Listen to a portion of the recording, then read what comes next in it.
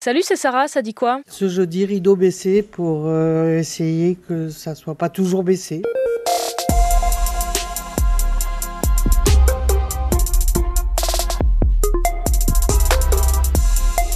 Si tu tentes d'aller à la pharmacie aujourd'hui, tu risques effectivement de trouver des rideaux baissés. La profession est en grève pour la première fois depuis 2014 et ça s'annonce très suivi. Mes collègues de France Bleu Picardie m'expliquent ce matin qu'à Amiens, par exemple, la quasi-totalité des pharmacies de la ville sera fermée.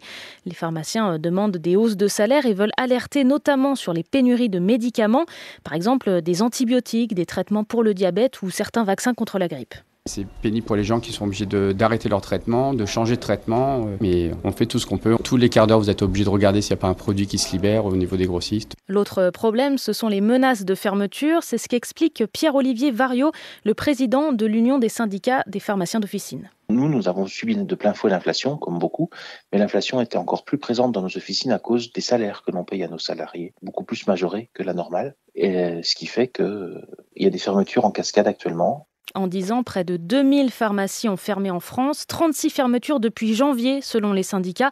Mais pas de panique, si tu as vraiment besoin d'aller à la pharmacie aujourd'hui, certaines resteront ouvertes. Elles ont été réquisitionnées pour assurer une permanence obligatoire. Petit flashback, ce matin, il y a quasiment un an, le 27 juin 2023, Naël était victime d'un tir policier lors d'un contrôle routier et un refus d'obtempérer. Sa mort avait déclenché une semaine d'émeutes et on avait commencé à se demander si l'action des forces de l'ordre était bien réglementée en France. Depuis, une mission d'information menée par 2 députés a travaillé sur la question et ils ont rendu leur rapport hier. Mon collègue Théo Metton-Régimbaud nous explique leur premier constat. Il y a eu un pic en 2017 et 2018. Depuis, les tirs par les forces de l'ordre sur des véhicules en fuite ont diminué. Les refus d'obtempérer, eux, augmentent. 30 000 en 2022 contre près de 22 000 10 ans plus tôt. Après ce constat, du coup, est-ce qu'il faut modifier la loi de 2017, celle qui précise dans quel cas un policier peut tirer lors d'un refus d'obtempérer?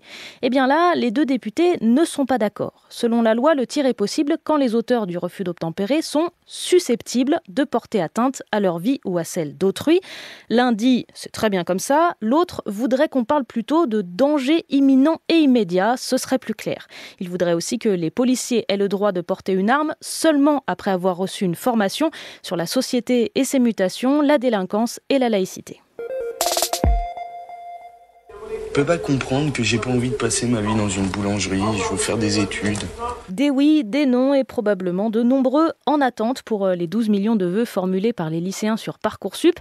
Les premiers résultats, c'est ce soir. Ils seront consultables dès 19h, mais il faudra attendre un peu pour pouvoir y répondre, histoire que le site ne plante pas. Si tu es en terminale ou en réorientation et donc concerné et que tu es sur liste d'attente partout, les réponses sont actualisées tous les jours jusqu'au 10 juillet. Et si tu n'as que des réponses négatives, à partir du 11 juin, il sera possible de refaire des vœux dans les filières où il reste des places. Oh non, tout va s'arranger, tu verras. J'ai même reçu un chewing-gum, quelqu'un m'a craché ou jeté son chewing-gum en me relevant de ma chaise après un changement de côté. Ça part un petit peu en match de foot. Et pourtant, on était sur un court de tennis. Le joueur belge David Goffin, que tu viens d'entendre, dénonce une ambiance malsaine dans les tribunes de Roland-Garros. Il a battu mardi le Français Giovanni Mpetshi-Perricard et dit s'être fait insulter par le public. Et il n'est pas le seul à s'en plaindre. La numéro 1 mondiale, la polonaise Iga Świątek, en a remis une couche hier. On joue pour vous parce que c'est du plaisir, c'est du spectacle et je gagne ma vie grâce à vous. Mais parfois, quand il y a beaucoup de pression, si vous criez pendant un échange ou avant un retour, c'est vraiment difficile de garder la concentration. Alors s'il vous plaît, vous pouvez crier pour nous entre les échanges, mais pas pendant les échanges, s'il vous plaît. L'alcool, disponible à toute heure à Roland-Garros, peut être un facteur de cette mauvaise ambiance, mais c'est aussi le cas à l'Open d'Australie, et là ça se passe mieux.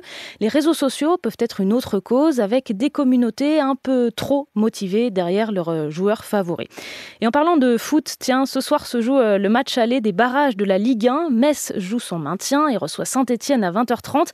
La SSE, 3e de Ligue 2, tentera donc de revenir dans l'élite. Ça va, petit bonhomme?